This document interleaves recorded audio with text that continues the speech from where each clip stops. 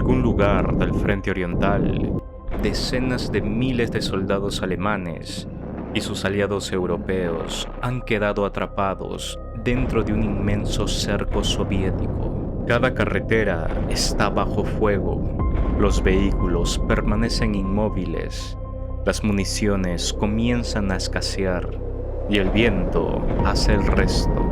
Con temperaturas que superan los 30 grados bajo cero, sobrevivir una noche resulta casi tan difícil como sobrevivir al enemigo.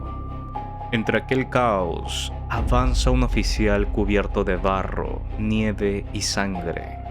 No nació en Alemania, ni pertenece al ejército regular alemán. Es belga, y en pocas semanas será recibido personalmente por Adolf Hitler, quien lo convertirá en uno de los rostros más conocidos de los voluntarios extranjeros que combatieron junto al Tercer Reich.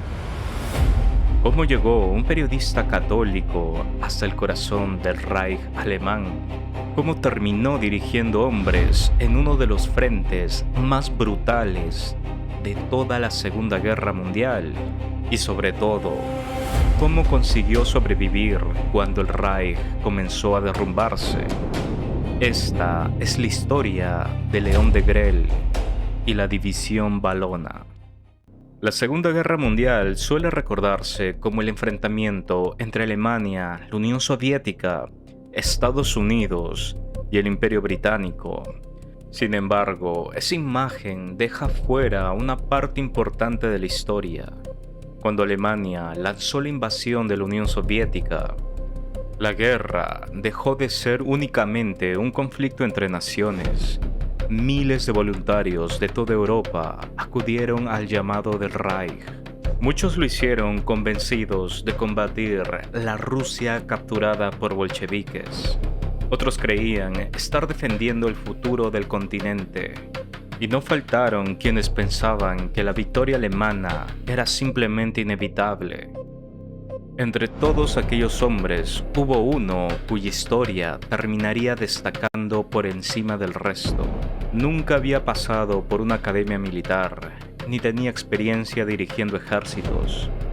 Antes de la guerra, era periodista, político y uno de los mejores oradores de Bélgica. Su nombre era León Degrelle. Pero para entender cómo terminó convertido en una figura tan importante en los voluntarios europeos del Reich, debemos regresar varios años atrás, a una Europa muy diferente, una Europa que intentaba recuperarse de la Primera Guerra Mundial. A comienzos del siglo XX, Bélgica era considerada uno de los países más estables del continente. Su economía crecía, la industria avanzaba y la religión católica seguía ocupando un lugar central en la vida de millones de personas. Sin embargo, bajo aquella aparente estabilidad, existía una profunda división. Al norte predominaban los flamencos, una lengua neerlandesa. Al sur vivían los valones, cuya lengua y cultura estaban ligadas al mundo francófono, y una tensión política que nunca llegó a desaparecer del todo. Fue en ese contexto donde en 1906 nació León Degrelle, en una pequeña ciudad de Boulogne, muy cerca de la frontera francesa. Nada hacía pensar que aquel joven terminaría ocupando un lugar tan controvertido en la historia europea. Procedía de una familia acomodada, recibió una educación privilegiada y desde muy temprano destacó en una cualidad que marcaría toda su vida: su capacidad para convencer. Mientras otros políticos dependían de largos discursos escritos, Degrelle cautivaba solo con su presencia. Hablaba con seguridad, improvisaba con facilidad y conseguía mantener la atención de los auditorios durante horas. Estudió Derecho en la Universidad Católica de Lovaina, pero pronto comprendió que los tribunales no eran su destino. Le atraía mucho más la política y el periodismo. Y Europa parecía ofrecer el escenario perfecto para alguien con su visión política. La paz firmada tras la Primera Guerra Mundial había dejado heridas que todavía seguían abiertas. Las economías sufrían continuas crisis. El desempleo aumentaba. La inflación destruía los ahorros de millones de familias. Y en muchos países comenzaban a extenderse la sensación de que viejas democracias eran incapaces de resolver los problemas del continente. En ese clima de incertidumbre, los movimientos nacionalistas europeos comenzaban a ganar fuerza. De Grelle comprendió antes que muchos que la política europea estaba entrando en una nueva etapa y decidió montarse en la nueva ola de corrientes ideológicas nacionalistas. En 1935 fundó un movimiento político llamado Rex, inspirado en la expresión latina Christus Rex. En sus discursos no hablaba de conquistar Europa, ni de iniciar guerras. Su mensaje giraba alrededor de otros conceptos: combatir la corrupción, recuperar los valores del catolicismo, fortalecer la autoridad del Estado y sustituir a una clase política que, según él, había perdido el contacto con la población. Sus palabras encontraron rápidamente un público dispuesto a escucharlo. Miles de personas comenzaron a acudir a sus mítines. La prensa hablaba de aquel joven político carismático que desafiaba a los partidos tradicionales. En las elecciones de 1936, el crecimiento del partido Rex sorprendió incluso a sus adversarios. Por primera vez, Rex se convertía en una fuerza relevante dentro de la política belga. Todo parecía indicar que el ascenso de Grelle apenas comenzaba, pero la situación cambió con la misma rapidez con la que había aparecido.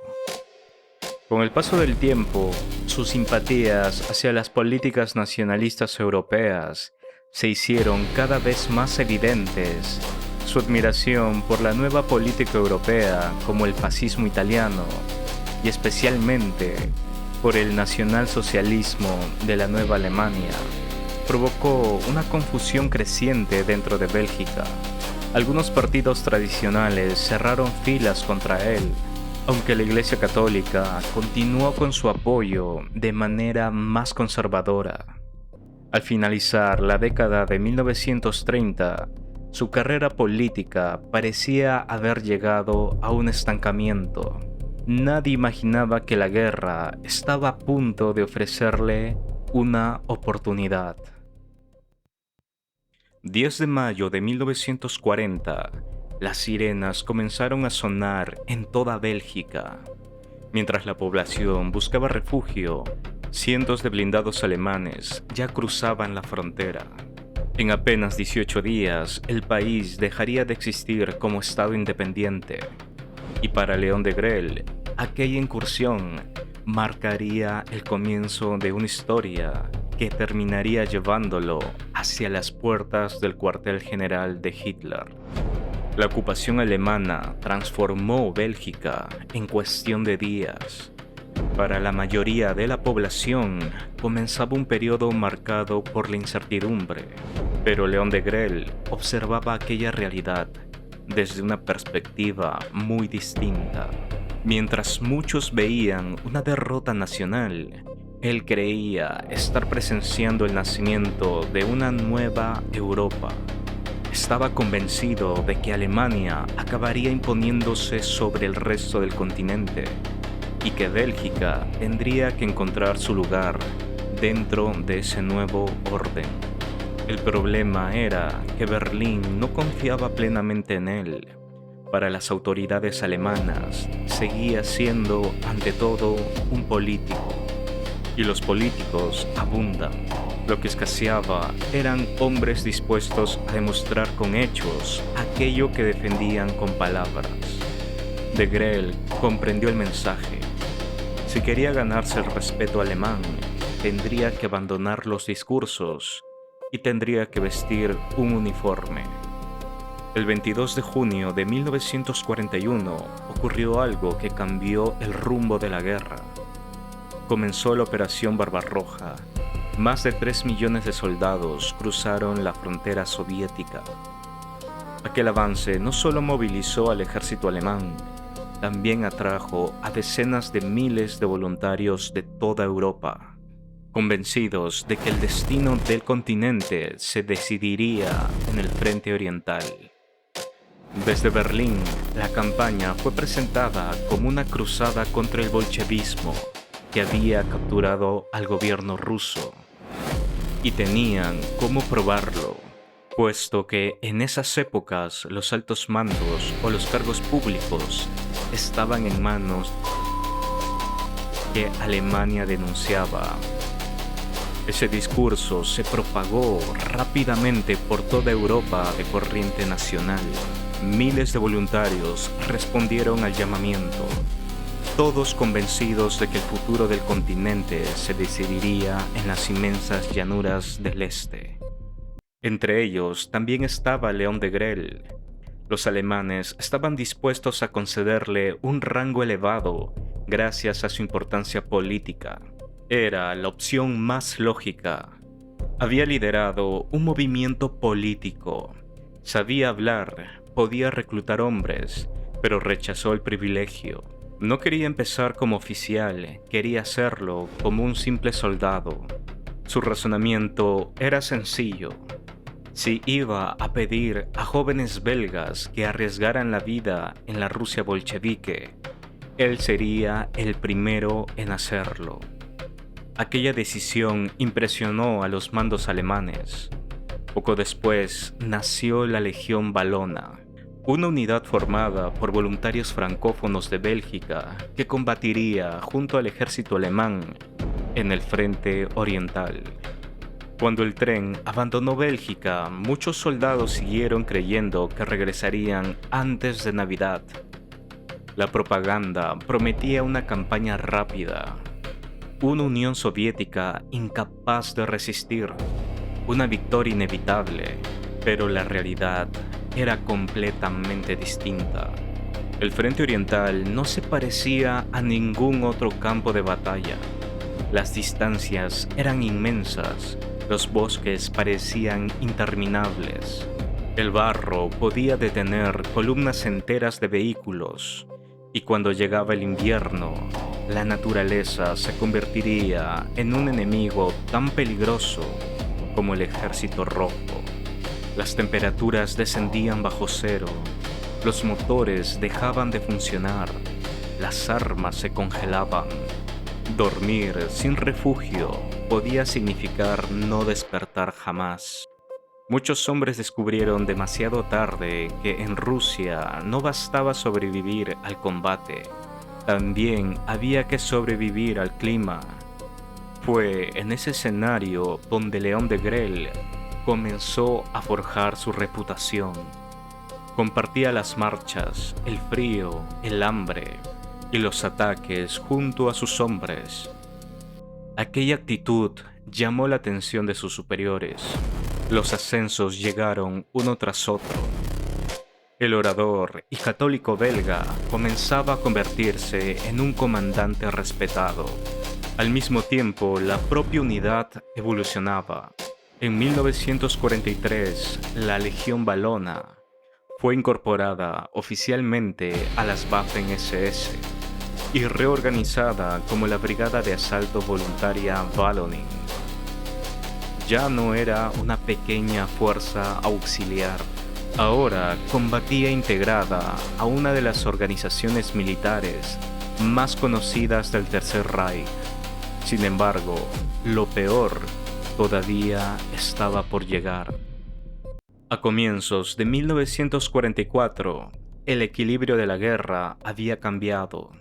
Después de derrotas como Stalingrado y Kursk, Alemania ya no avanzaba, retrocedía. El ejército rojo recuperaba territorio a un ritmo cada vez mayor.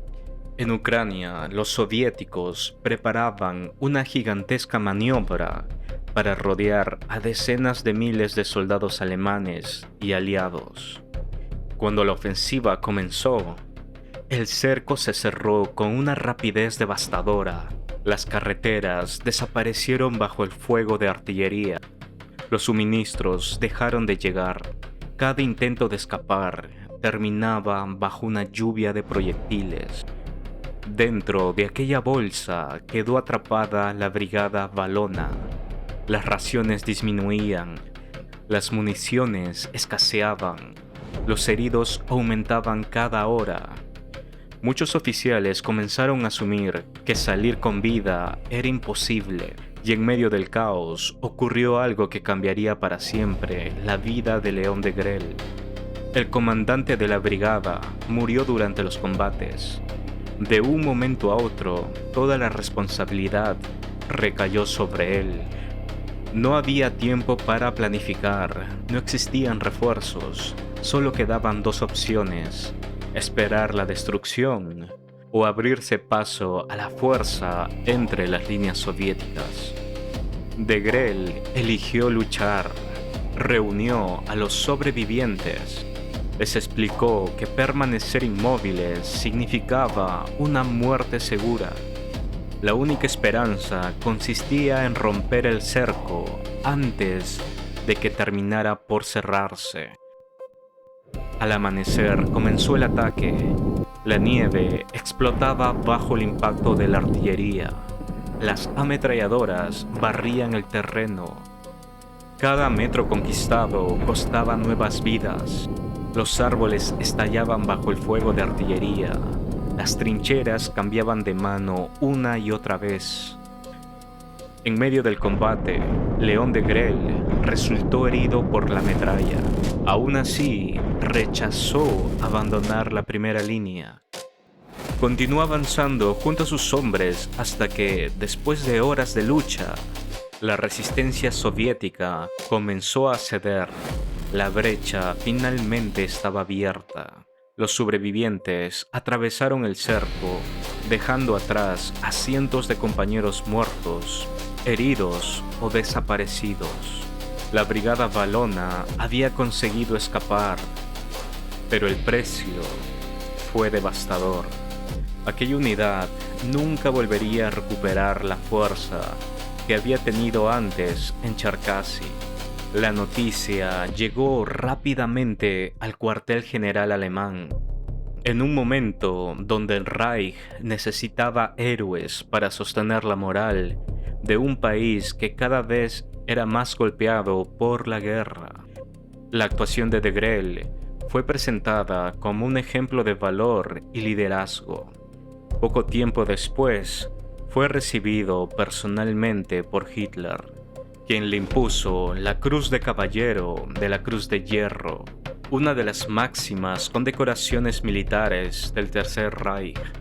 Según varios testimonios de la época, durante aquel encuentro Hitler había pronunciado una frase que terminaría convirtiéndose en una de las más conocidas de toda la guerra. Si hubiera tenido un hijo, me habría gustado que fuera como usted. Sea o no sea exacta la cita, refleja el enorme prestigio que León de Grell había alcanzado dentro del liderazgo alemán. Sin embargo, mientras en Berlín era presentado como un héroe, la situación militar empeoraba día tras día. El ejército rojo avanzaba desde el este, los aliados empujaban desde el oeste y el Tercer Reich comenzaba su inevitable derrumbe. Con la rendición alemana en mayo de 1945, de Grell sabía que permanecer en Europa Central significaba enfrentarse a un juicio casi seguro. Tras atravesar el norte de Europa, llegó a Noruega, donde logró despegar a bordo de un bombardero Heinkel, con destino a España.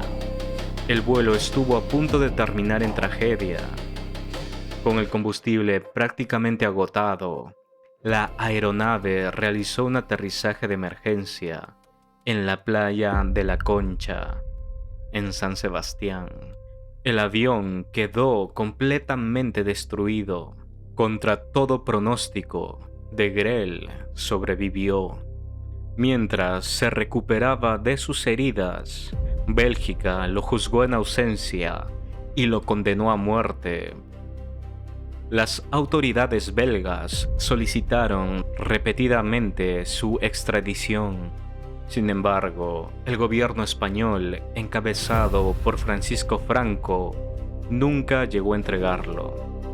Con el paso de los años, estableció su residencia definitiva en España, donde escribió varios libros, concedió entrevistas y continuó defendiendo públicamente las ideas políticas que había adoptado durante la guerra.